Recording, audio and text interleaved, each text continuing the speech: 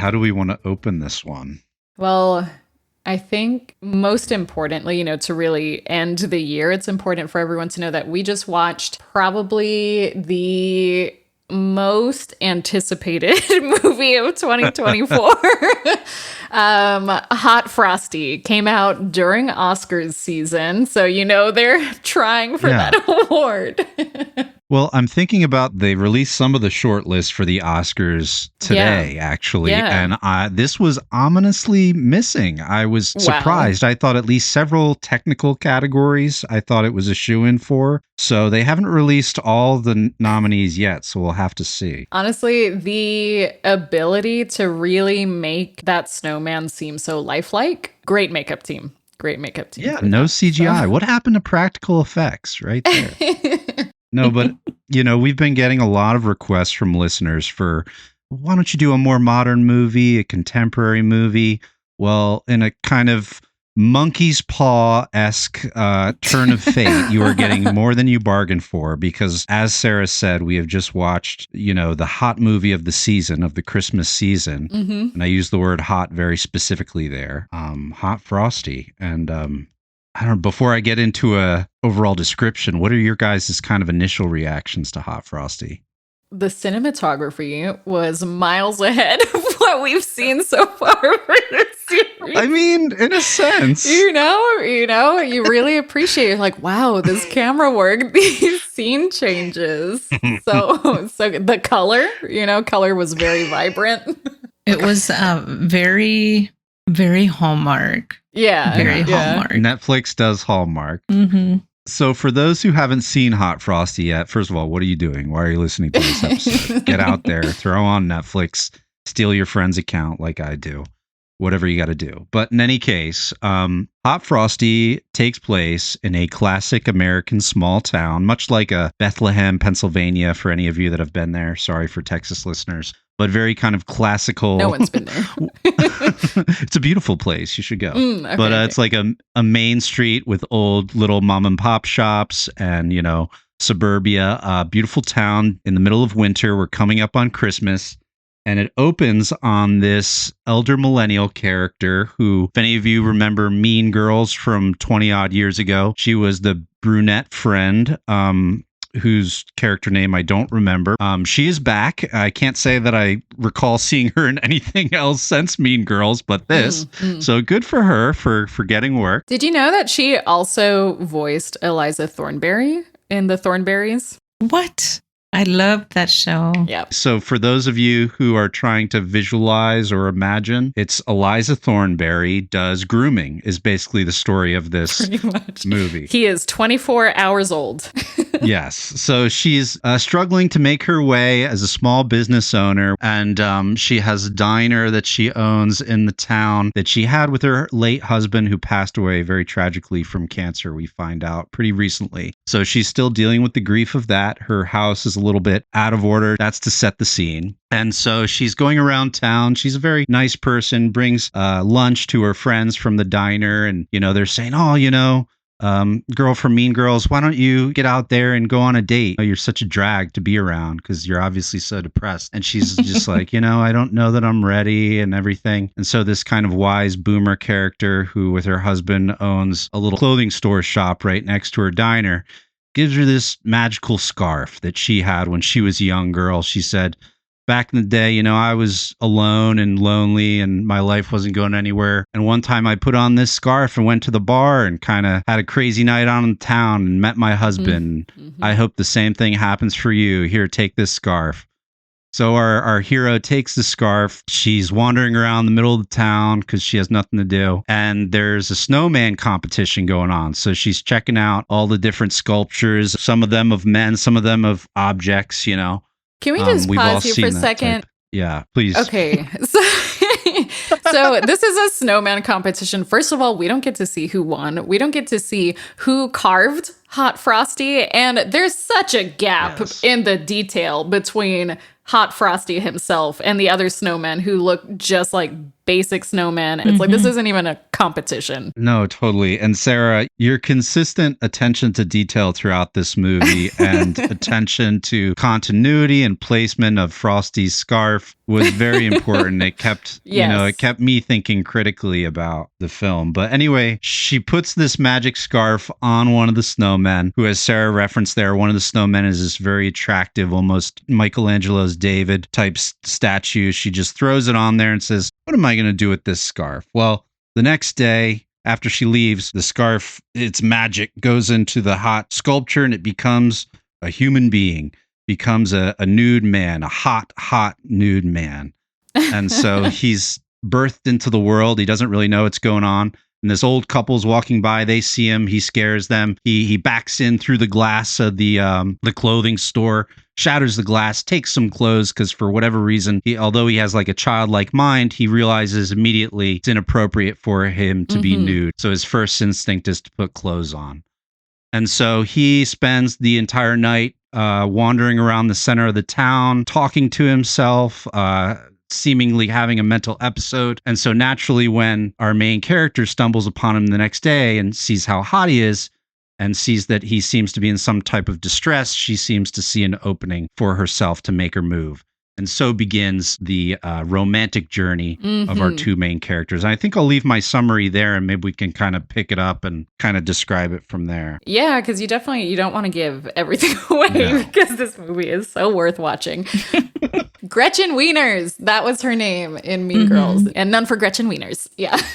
Her father invented toaster strudel. Yes. It's so important. Oh, yeah, she keeps saying that. Yeah. She is the heir to toaster strudel. And yet here she is struggling with her diner and with her home and her life falling apart in small town. And no strudels ever.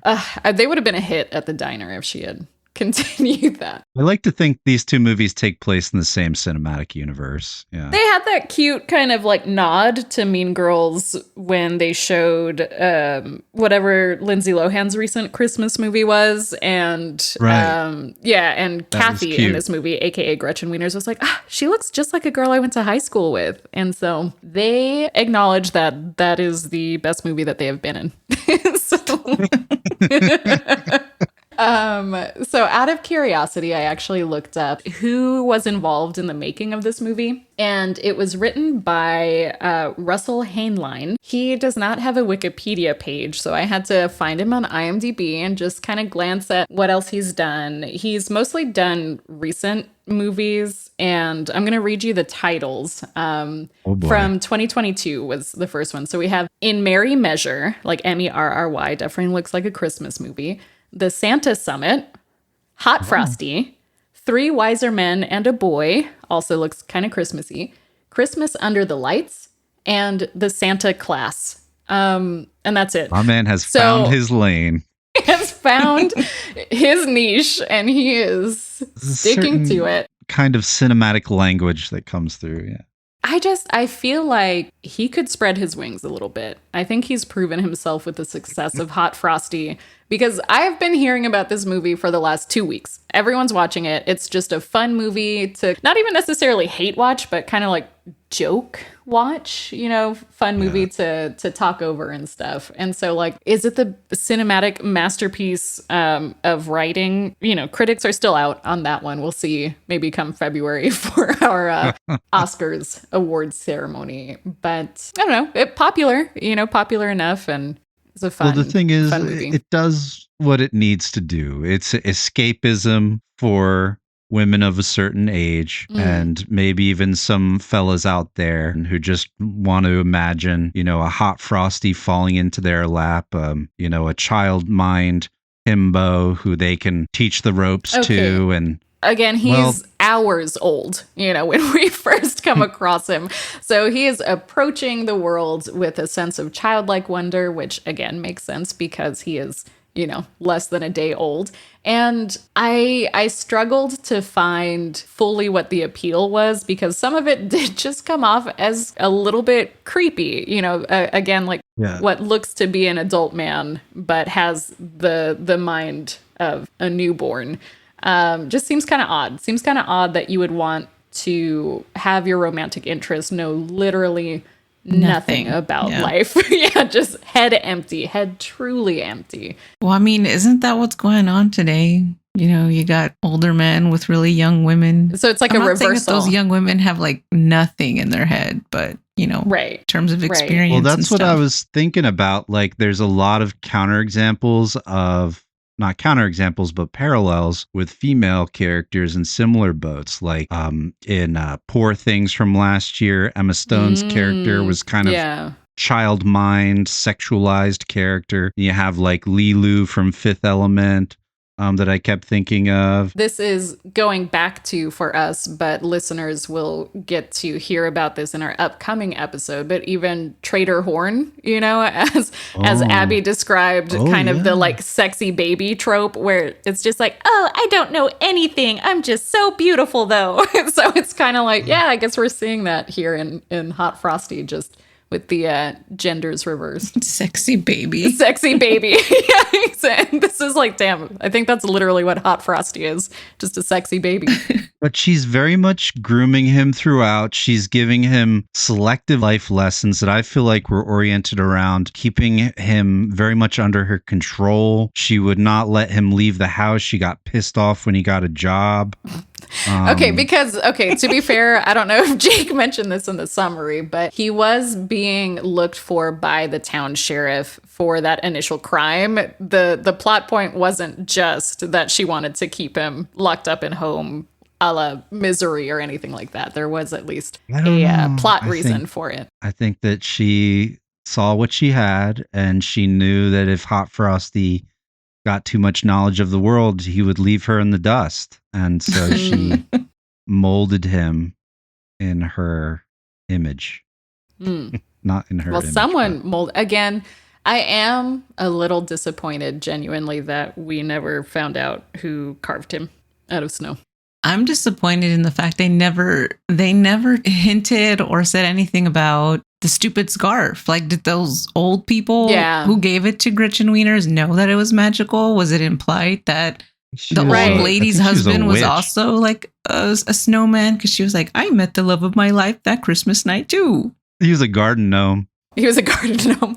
That's true. Or similarly, to be like, okay, well, you don't need this scarf anymore because you found your snowman and he turned into a real boy at the end. So for all of the other people struggling in town to find their loves, like more snow sculpture competitions, you know, just throw some scarves on people. Yeah, I mean, if that's an option. Like, it's a small town. Oh, yeah. It's a town of maybe 70 people, and 90% of them are NPCs. I don't think they say anything other than like Merry Christmas or like have a good day. And like the climax of the movie involves, Hot Frosty has like a diabetic shock type situation, is melting, and everyone's gathered around him, and they all give money to the sheriff played by Craig Robinson, who is phoning it the fuck in throughout the entire movie to make bail for he got Frosty. A couple of genuine giggles out of me. Like, he just has good comedic timing, even when the source material is, so good. No, I liked when he was walking and giving his verbally talking to himself, his maniacal plan to entrap Hot Frosty, and he bumps into that random woman and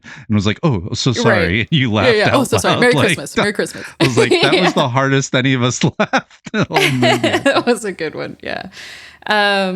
Okay, I don't know. I can't. My mind just continued going since I had said to build more snow people and throw scarves on them. And if you think about how helpful he was, because all he had to do was watch TV for a couple of days, and he could cook, he could clean, he could fix things. He was like all over the place as like a handyman sort of thing. And if you could have a whole army of snow people doing this for the town, I don't know. So rather than thinking about it in a romantic sense, you are thinking about just that like town an army. Was struggling. That's all I'm saying. Yeah, like an army, or just, it's kind of like instead of a robot uprising, it's the snow people. See, now that would have been an interesting movie, like a Blade Runner type. Right. I feel like it could be a sequel. Self-consciousness. Who's to say that Russell Hainline isn't working on it right now? Hot Frosty 2, Frosty The Uprising. 2. Frosty discovers consent. Okay. I'm just going to say, like, the whole town sexualize this poor snowman. They really did. Yeah, I'm glad you said it. That one awkward scene where the lady's car gets stuck. Like, what the hell was that? Yeah, that was. Yeah, so Hot Frosty's up on the roof fixing the shingles with his shirt off in the dead of winter. And this woman sees him and like plows into the snow. She's so aroused by it. She's like a middle-aged woman who the implication is she's not more than middle-aged. Isn't middle-aged like 50 through 65 essentially? I don't know. I don't know if we're gonna offend our listeners. Even if we go with that though, I'd say she's probably in her early to mid 70s. Yeah. Really? Oh, yeah. She looks great. She looks great, but no, I think she's. We're not supposed to be talking about how hot she is. This is about Hot Frosty. I'm just saying, Gretchen Wieners has some competition. I don't know. But he hops down off the roof and is helping her get out of the ditch of snow and pushing the car. And it's very sexually suggestive, the whole process with him pushing on the car and her huffing and puffing. Frankly, I was a little bit offended watching it. That whole sequence obviously is awkward and kind of weird, but what adds to that discomfort again is just how dumb he is. How dumb and innocent and just completely oblivious to how thirsty this woman is. You know? It just I don't know. It just doesn't sit right. Does not sit right. Essentially how oblivious he is to how thirsty everyone who comes across the whole him. town is. Even the men. Even the men, yeah. Like that level of thirst was just I don't know. I don't know what's going on in that town. This is corn-fed middle America. This is the epicenter of our health crisis, this type of town. I don't think they're used to bodies like Hot Frosty's. I think it was a real shock to them. All I'm saying is if had he went home with that weird-ass doctor, this would have been like favorite a Gerald's Game kind of thing going on, or like... I don't know. It would be a whole different. It would not be a Christmas movie. That's all I'm saying. That's true. That's true. There's like an alternate version of this movie somewhere.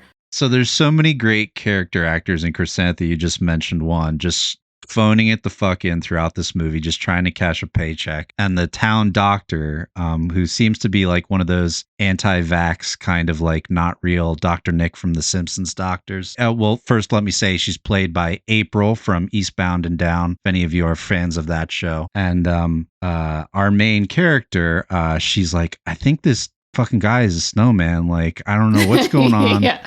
He's cold. I put a scarf on a snowman. The next day he shows up and he's acting like a baby. What do I do? And doctor's like, I've seen all this before. He's definitely a snowman. It's nothing to get too bent out of shape about. I will take him off your hands. Don't even worry about it. Yeah. And this is when we start to see the main character's instinct toward control and domination kick in, because she immediately becomes very territorial over Hot Frosty. She and there's doesn't. kind of That's not how that plays out. No, that's doesn't. Exactly how it went. You were not paying attention. They're having like a custody battle over Hot Frosty. Like, who would you rather go with, Hot Frosty? I know, like, but she's the one. No. But she's the one who like doesn't really want it. She's like, don't you want to go to the hospital? And then the doctor is like, or you could come home with me. And then Hot Frosty's just like, how about I impose myself and go home with Kathy? So Kathy isn't fighting over custody. She's just like, shouldn't he go to the hospital? And our doctor friend is like, I can fix him. I think you were not paying attention. I think it was all a ploy. I think because she knew that he didn't know what a hospital was. She was trying to scare him. And Hot Frosty's like, I just want to go home. And she's like, don't worry, I'm going to take you home. And that's how she absolved her guilt. This does bring up the interesting like alternative version. Also, since you're talking about her ulterior motives, we can talk about the potential other ulterior motives that we were theorizing, in that Hot Frosty, not actually a snowman, just someone scamming this town. Because important to note, he has no money of his own. He uses all of Kathy's money, like goes shopping with her, gets a whole new wardrobe, does all of these things, acts real dumb and sweet and innocent with everyone in town. But it's like, then there's moments come on, where he's like understanding the most complex scenarios that a newborn snowman snowman shouldn't understand. A 60-day-old snowman, maybe, but not within the first week of life. So I don't know. 60-day-old snowman will be like black-pilled on the internet. Yeah, exactly. And just it's too convenient that at the end he becomes a real boy. She takes the magic scarf off him because they think that he's dead, and then he just suddenly pops up like, Kathy, what? I'm alive. And it's like, okay, all right, the jig is up. He was never a snowman to begin with. He just made this. He knows now that he has her and he has the whole town in his grasp because they all helped bail him out of jail. So he's like, oh, easy life, easy living. And as Jake pointed out while we were watching it, he no longer even helps with chores around the house anymore. He's like, time for you to learn how to fix things around the house, Gretchen Wieners. And she does it. So I don't know. I have my doubts. As soon as you let a guy get comfortable, all the romance just leaves. He's going to be sitting on the couch. That job at the school, he's never showing up to that again. Nope. I mean, and that's interesting perspective. So in your interpretation, Hot Frosty is the Machiavellian, evil antagonist. He's essentially the devil. Yeah. If you rearrange the letters of Hot Frosty, you actually get... It's a metaphor. Yeah. If you play the movie backwards, you get the true message. So I think she's worse than him because the more she found out about his limitations mentally, she was just... Oh, no. That was like what she was looking for the whole time. Yeah. Well... This all took a turn. This was supposed to be a wholesome, fun, good time, just silly movie, and we're out here ruining it for everybody. Let's circle back. Let's be more wholesome. Okay. What else is there to talk about this movie? There's not much. It's a very simple plot with a lot of unexplained stories or like introductions. I don't know. They introduce things, but then they don't explain much other than this snowman that comes to life. Yeah. They obviously they don't want you to think too hard about anything. Yeah, you just watch it, kill a few of maybe you have to kill a few of your brain cells before watching it so that way you can actually enjoy it. And then when you're done, then you have nothing left in your head. But it is it's lighthearted. You can make fun of it. Yeah, you can get, definitely fun to laugh with about. The weird innuendo scenes. If you like anti-humor, like there's jokes that they throw out there that just they lay there like a dead animal on the road, and it's just like it's so exactly. cringe-inducing that like it almost makes you laugh for that reason. Or they repeat them. So there's some entertainment value in that. Like with the cop with the glasses, I was just like, enough with the glasses. But you can picture like your grandmother who, God bless her soul, is very sheltered, doesn't know how to use the internet, seeing this and just being like Hot Frosty. Ooh, this is risque. Look at this Frosty, he's so hot. Which is really kind of the thing that I want to discuss. I kind of feel... Okay, wait, before we get there, Okay. because I know you have strong feelings about it because you were shouting it from the rooftops before we even started this movie. While we're still a little bit on the wholesome topic, I don't know if we ever fully landed on the wholesome topic. I think we dipped a toe in it and then just bounced right off because there's not much to say. I will say the scene at the dance where he acknowledges, because she's a widow, and so she's kind of separated herself emotionally from having a lot of connections again. So I do think the moment where he acknowledges that because she's been hurt by being left behind and he doesn't want to put her through that, knowing that he could melt any day, that was genuinely a cute, wholesome moment. And kind of like Chrysantha was saying, though, he is 10 days old. How is he putting this all together? But it still was that is actually quite a sweet sort of relationship moment between the two. But now you can talk about how hot Frosty is. Wait, or is not. You bring up a good point because I'm going to be completely honest with you. This is the second time I've seen Hot Frosty, and I did not know that she had a dead husband. And that really adds a layer. The movie with it. I was looking I was with my family at my family's house. We were talking the whole time. So I didn't know about that whole subplot. I thought she was just a big time loser. I didn't know she owned the diner. I thought she just hung out at the diner, and I thought she was just like impoverished. But it all kind of adds a layer of meaning when you find out that she's got this trauma and this grief that she's processing, and Hot Frosty with his Dookie Howser childlike wisdom kind of helps her realize she's got to get laid again ultimately. Oh my God, she's got to live life. She can't be afraid to live again. Eat, pray, love, baby. We all know what that means. He was so creepy though. I don't know. Every time he smiled, it was way too big. Yeah, he looks like a damn rodent. I think they were leaning too heavily into like, he knows nothing. So his facial expressions were constantly one of just like wonderment. But yeah, it was just too much, I think. Let's get to the big question of the movie, because I feel like there's a little bit of false advertisement in the title. And I'm saying this a purely scientific perspective here as a heterosexual male. But if you're going to name your movie Hot Frosty, you got to look at him and be like, that's one of the hottest fucking guys I've ever seen. And I just didn't feel like he was that hot. I mean, he had a good body, but like Chrysanthus saying, that smile was like stretched over his face like I don't know. His face was too intense for me, and it was a little bit rodent-like. It was a little scary. But he was the dentist from Schitt's Creek, if anybody's seen that show. And I do think he was more attractive in Schitt's Creek. I agree. Yeah, but I think a lot of it was ultimately just the personality and the character that he had to play. Because I don't think he's unattractive, but I think they specifically... No, I'm not saying that. You can be rodent-like and still be attractive. Okay. If anyone ever described me as rodent-like, I would just have to yeet myself off a building. But no, so I think a big part of it was that like they wanted an actor who also kind of could convey that type of like innocence, so to speak, like positivity. And he did what he could, but like, again, to have him act the same throughout the entire movie where he's just like, oh, I'm so happy, like, to be alive, pleasantly surprised the whole time. There was no like nuance to that.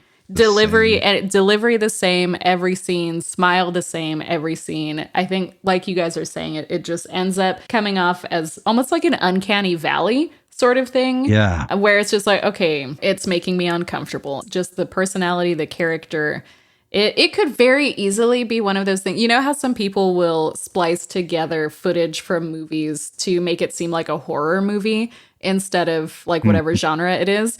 That would be so easy with this movie because of how creepy this is. You could really change the tenor and the music and the pacing a little bit. And it's like... Yes. But my argument is she would be the villain. It would be like Misery, and Hot Frosty's just entrapped. I could see it. Originally, you go into it thinking it's like a Misery situation and she's the creepy one, but then slowly you start to see that like, oh no, he's the mastermind here. That's something behind that smile. And then it takes a turn into it's like horror the movie Love Parade. Part 2. Exactly, like the Love Parade. No, I don't know. I guess maybe I'm being too hard on him in the looks department, but I just feel like he should have been like a Fabio type hot. You know, I think they tried. There was an attempt with the hair. I did not like his hair, but his hair did not do him any favors. Was a big part of it. The hair was a big part of it. Yeah, I totally agree. Because let me look him up in Schitt's Creek. Because I'm pretty sure he has shorter hair. Yeah, he has a if he just had short hair, he would have looked better. But there's only so much you can do about those big teeth. Oh my God, I don't think he had big teeth or has big teeth. I think he did. Thank you, Chrysantha, for not lying like Sarah. So I think part of it too is that at various points he's melting. So he just kind of looks sweaty a lot of the time. Wet. And his hair also, like that moisture ends up just reading as greasy. You know, so it's like, that's not a good look. Like, who did the styling in this movie? Because they did. Don't forget about all the veins. He looks like he's about to pop an aorta. Oh my God. Which, you know, some people like phlebotomists are probably out there like, ooh, easy blood draws. Love to see it. Well, that's a thing, though. Vascularity apparently is a thing. I mean, I've seen like a couple of podcasts make fun of those alpha male podcasts about the whole want of vascularity and stuff like that, which is, it's very odd. I also feel like maybe they overdid it in the makeup department because sometimes his skin just looked too like it looked fake. It looked flawless, especially with those scenes when it had like he had no shirt on. It just looked like he was made of wax. And it was just, like how you said, uncanny valley. Right. Yeah. And part of that might have been intentional, right? Because it's like, oh, he's not human. But I feel like there were ways to do that that would have been like nicer to look at. It sounds like you guys are agreeing that like he's not that hot. I'm just saying. No, I mean, that's what I'm getting from he's not my type. No fault of the actor. I think they just did not do well by him. You know, because styling is, in terms of hair, makeup, clothing, all of that can elevate basically anyone's looks. And they did not do it for him, unfortunately. Yeah. I'll leave him to the middle-aged ladies that wanted him in that movie. How about when he's changing that light and there's just like 8 middle-aged ladies just oogling him? Poor Frosty. And he has no idea. He's just like, you guys are so nice. They're just like, I'm undressing you. It's not okay. Not okay. It's interesting, the whole gender dynamic. I feel like it's, from the male perspective, it feels like not threatening in a way that from a female perspective, you'd be like, that's very wrong. That's an interesting thing to say. That's dangerous. If you were hot Frosty, Jake, and you had we're really stretching the imagination. If you had a group of old women oogling you, how would you react? So I'll tell you how I would react, because I used to work in a high-end shoe store in Melbourne Beach, Florida, and it was mostly orthopedic health shoes for older ladies, and that was basically my job every day for 8.5 hours a day for a year. And I enjoyed it. I felt very like I got a lot of attention, and Jake is the wrong person to ask. Jake loves validation. Okay, but how far did they go though? Because there's where they like come to my house, you know, like. Well, let's just say this is a safe space. Our training there, it wasn't really training. It was one woman who owned it, and she was kind of an asshole. But anyway, I hope she's listening. It was like, if they ask you to put the shoes on their feet, you have to put the shoes on their feet. It's part of the experience here. That's what sets us apart from like a Foot Locker. I see. Okay. So naturally, older women that would want to be felt up would abuse that privilege. And I would see the woman, I'd be like, she's perfectly capable of putting on this shoe herself. And she'd be like, I'd just like a little help. I don't know if I can get this strap. So, you know, I had to do it. I had to get down and do it in every case, whoever asked. And ultimately, I didn't mind, but it's messed up that power dynamic. And all I'm saying is, as a male, it's not as threatening. And you see that in this movie. I mean, Frosty is being sexually harassed constantly, oogled, treated like a piece of fucking meat, even though he's really ice and snow. And in the end, he gets to become meat, which is his dream. But the point of what I'm saying is, it's a very progressive movie in a sense. Okay. So one thing that I was looking at in general, because to me, and you asked this, right, while we were watching the movie, is like, is this what women want? Just a dumb himbo, zero thoughts, etc. So obviously, what is a himbo? A himbo, it's a male bimbo. Oh, okay. So this was directed by a man, written by a man, produced by 2 men, with cinematography by a man. And I'm going to go ahead and say that this is like if you were a man and you had been forced to watch maybe like rom-coms and stuff like that, and you're like, I think I get it. Like, I think I get the general beats and stuff. And then you were asked to make a Christmas movie, then you would kind of put this together. But I think it's missing a lot of, like, I know Chrysantha doesn't really like rom-coms. I'm kind of picky with the ones that I like, and this is nowhere near the levels of even like the trash ones that I like. But you compare like this to something like Miss Congeniality, that is actually amusing, actually fun to watch, and has, I don't know, more going on than just like, oh, hot snowman helping me get over my husband's death.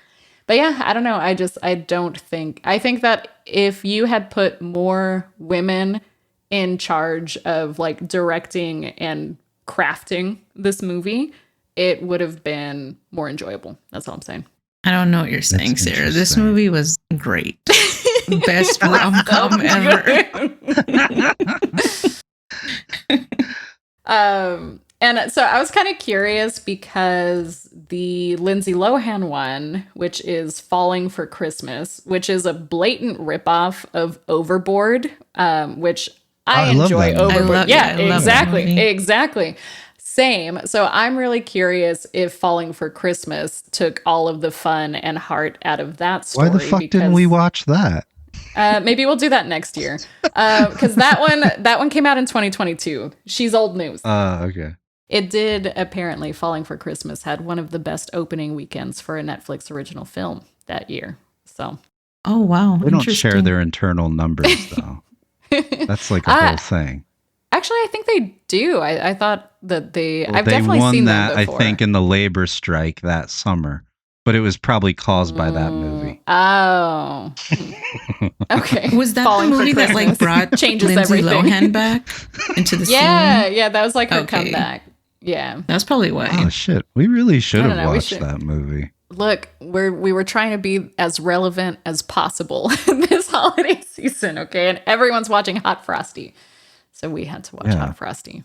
We have to watch Krampus one of these years, or Krampus, however you say it. I would be down to watch it. I am curious about this Overboard ripoff though with Lindsay Lohan because part of me wants to watch the original Overboard. So cute that they got married from that movie. Yeah, that is cute. It is wholesome. Okay, I will say also, Falling for Christmas has a much longer Wikipedia page than Hot Frosty does. So does it have a controversies section? It has a critical response and accolades section. Accolades? Yeah. Yeah, it was. Hey, that's right up our alley. Yeah, exactly. That's in our podcast title. Apparently, Falling for Christmas, a movie we did not watch. In December 2022, Rotten Tomatoes ranked it as the 90th best Christmas movie of all time. So, top 100. I guess that's impressive if you consider hundreds and hundreds of Christmas movies that have been. Russell Hainline alone has written 7, so. It must be so easy to be on the Hallmark movie track professionally. But I feel like you kind of have to luck into it, though, because you don't. But whether you're a director, writer, actor involved, you could just show up to work drunk and it would be fine. Nobody would notice. Okay. Maybe we should have done a double feature. Watched Falling for Christmas. I'm intrigued. I'm going to watch this movie. The night is young. Jake hasn't fully sundowned yet. We have time. But no, I think I'm satisfied tonight with having watched Hot Frosty. I think that the movie succeeded in all of the things it set out to do. And it's obviously brought a lot of people a lot of joy this holiday season. And isn't that what it's about? Bringing families together to have a good time. Yeah. Poignant place to end on. What a poignant place for a poignant movie. 2 thumbs up. It's what the season, 'tis the season. Yeah. For joy and for escapism and for grooming, which is. Yeah. There's a lot of that in this movie. And Jake, maybe if you watch it a third time, you might catch the whole plot instead of just a little bit. I watch it a third time. I think I'm going to achieve enlightenment. I think I'm going to be under the Bodhi tree like the Buddha. Well, I guess we can ask at least our one important question of if we think it's worth watching. For Santa, what do you think? Yeah, I say, watch it. Why not? It's great. It's a great movie. And according to TMZ, it'll cure this winter season's cock block. So men out there, this will help you get laid. Wait, Thank what? you, TMZ. Wait, it's gonna what? I don't know. This is what this TMZ article said. Is a cock block or it's not a cock? It's not. Understand. The winter season is the cock block. Because I guess in winter, people get more depressed. It gets colder. So people don't want to do anything. But Hot Frosty came to save the day. Since it's a hypersexualized movie and it'll help add some fire. Hypersexualized. Well, that just, I feel like that's an interesting take. Field. Yeah. I feel like that article was written by AI. Possibly, okay, I don't know. According to some sex therapist here, so. Oh, okay. God. Okay. So we've got sources. I mean, TMZ is very credible, though. So yes, Chrysantha and TMZ both say yes to watching this movie. What about you, Jake? What are your thoughts? I mean, as I said before, this is a progressive movie. This movie's about empowerment. It's about leveling the playing field in terms of gender dynamics, putting men through what women have had to deal with for centuries, millennia even. Yeah. Just in terms of being objectified, in terms of being treated like, just cattle. Let's be honest, Hot Frosty was treated like a fucking cow. And everybody in the town got their laughs off watching them fix their dilapidated post-industrial shithole town. And now he's trapped forever with the, fourth most famous main character from Mean Girls that nobody ever heard from again. So this movie was hell. And I feel like I'm in hell for having watched it twice. And the only thing that is saving me is that I know that we're passing along this knowledge to the rest of you to not fall victim to this same trap. But okay, no, that's it. And cut. So my general thought is if you have friends or family members who like to talk during movies to kind of like riff on them or ad lib or point out ridiculous things and just have a good laugh about it, then this movie is good fodder for that. So I would say yes, worth watching under very special circumstances, which is having a group to kind of giggle with. I agree completely with that. It thawed my heart. I don't even like rom-coms. That's true. Chrysantha was thawed like Hot Frosty was not thawed. I was waiting for him to melt the whole time. I was like, he did not. Melted Chrysantha's heart. That's true.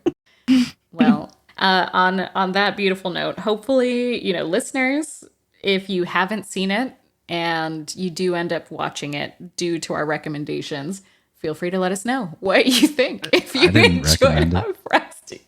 That's true. I didn't recommend it at all. Blame Chrysantha very specifically, who gave it our most enthusiastic recommendation so far. And join us for our regularly scheduled programming, which, a little spoiler for you, is probably the worst year for movies that we've seen so far. So we're getting a back-to-back good time for bad reasons.